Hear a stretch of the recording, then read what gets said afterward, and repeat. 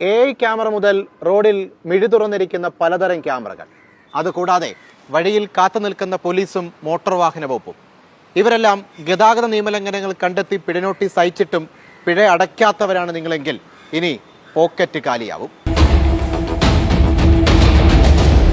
വാഹന ഇൻഷുറൻസിന്റെ രൂപത്തിലാണ് പുതിയ പണി വരുന്നത്.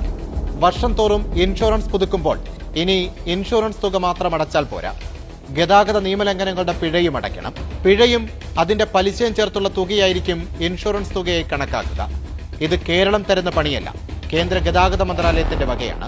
ഈ ചലാൻ പെൻഡിംഗ് ഉണ്ടെങ്കിൽ ഇൻഷുറൻസിന്റെ പ്രീമിയം കൂടും. അപ്പോൾ നമുക്ക് എത്ര ചലാൻസ് ഉണ്ട് എന്നുള്ളത് ഇൻഷുറൻസ് ആയിട്ട് ബന്ധമുള്ള കാര്യമാണെന്ന്. അങ്ങനെയാണെങ്കിൽ എനിക്ക് ചലാൻ ഇല്ല എങ്കിൽ എൻ്റെ ഇൻഷുറൻസ് പ്രീമിയം ഫിക്സ്ഡ് ആയിരിക്കും. ചലാൻ ഉണ്ടെങ്കിൽ അത് ഓട്ടോമാറ്റിക് കണക്റ്റഡ് ആണ്, വാഹന ആൻഡ് ഇൻഷുറൻസ്. ഈ കണക്ഷൻ കൊണ്ട് അവർ നമ്മുടെ പ്രീമിയം കൂട്ടും. ആ പ്രീമിയം കൂട്ടുന്നത് നമ്മുടെ നമ്പർ ഓഫ് ചലാൻസിന്റെ ബേസിസിലാണ്. നിയമലംഘനങ്ങളുടെ പിഴ അടയ്ക്കാത്തവരുടെ എണ്ണം കോടികളായി പെരുകിയപ്പോഴാണ് കേന്ദ്രവും ഇൻഷുറൻസ് കമ്പനികളും തമ്മിൽ ധാരണയായത്. നമ്മൾ അടയ്ക്കുന്ന തുകയിൽ നിന്ന് ഇൻഷുറൻസ് തുക കമ്പനിക്കും പിഴത്തുക അതാത് സംസ്ഥാനങ്ങൾക്കും കൈമാറും. 6 മാസത്തിനുള്ളിൽ നടപ്പാക്കാൻ തയ്യാറാകാനുള്ള പ്രാഥമിക നിർദ്ദേശമാണ് മോട്ടോർ വാഹന വകുപ്പിന് ലഭിച്ചിരിക്കുന്നത്. CG Arun Singh, Manorama news, Thiruvananthapuram.